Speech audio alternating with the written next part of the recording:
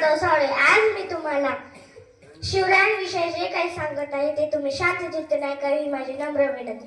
जगात अनेक राजे होऊन गेले, पण त्या राजांचा इतिहास त्या तत्कालीन कालखंडापुरता मर्यादित राहिला. पण या भारत भूमीत आणि या जगात असा एक राजा झाला ज्याचं स्मरण केल्याशिवाय दिवसच जात नाही.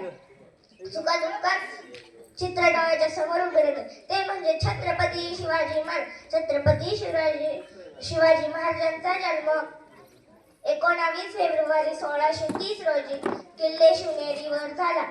पण आज आमची मुलं धाडसी कर्तृत्वान असतात, परंतु त्यांना कर्तृत्वान बनवायचं काम आई वडीलच करतात की अंधाराकडे पाहू नको, गच्चीवर जाऊ नको, देवाकडे जा, देवाकडे नैवेद्य ठेव, देवाच्या पाया पड असं सांगतात. म्हणजे कर्तृत्वान बनवायचं कामच जर आई वडील करत असतील तर त्यांच्या घरात शिवाजी कसा निर्माण होईल.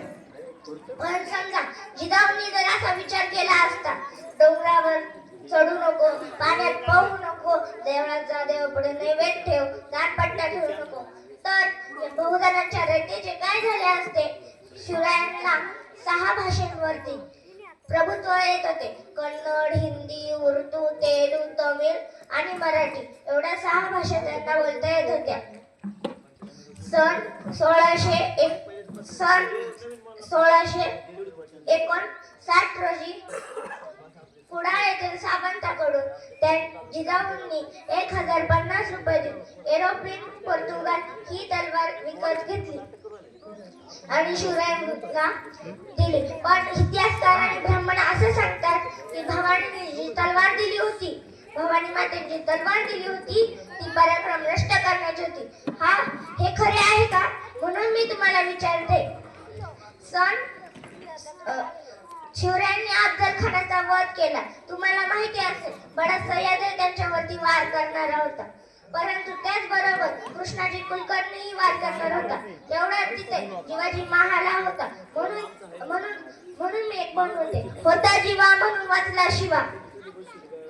सन 1660 रोजी शिवाजी काशीत गेले. पन्हाळ्यावरून शिवरायांना सोडवणाऱ्या शिवाजी काशीदांनी आपल्या प्राणाची बाजी लावली. ते पकडले गेले. फायदल खानाने त्यांना ओळखले आणि म्हणाले, आणि शिवाजी काशीत म्हणाले, अरे मॅडम, तुम्हाला मी सॉंग घेऊन आलेला शिवाजीची पाठ ओळखता आली नाही, तुम्ही तर खऱ्या शिवाजीचा तर नादच सोडून द्या असं म्हटलं. शिवरायांना